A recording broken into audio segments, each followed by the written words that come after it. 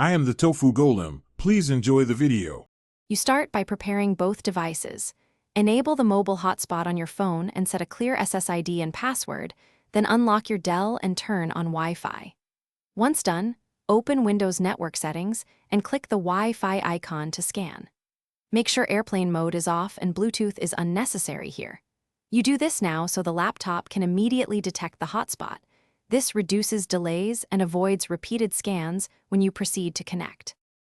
Now, pick the hotspot SSID you created from the Wi-Fi list and click Connect. Type the password exactly, since a single typo prevents authentication.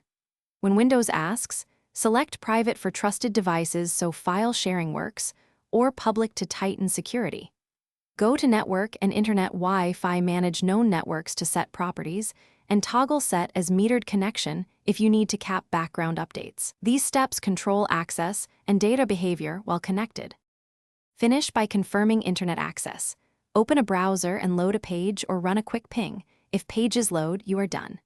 If not, restart the phone hotspot first, then toggle your Dell's Wi-Fi off and on because DHCP or handshake issues clear with a restart. If devices still fail, switch the hotspot band to 4 GHz on your phone. Older Wi-Fi or distance-related interference often requires 4 GHz rather than 5 GHz. That usually resolves stubborn connection problems. Thanks for watching. Consider subscribing if we helped you today.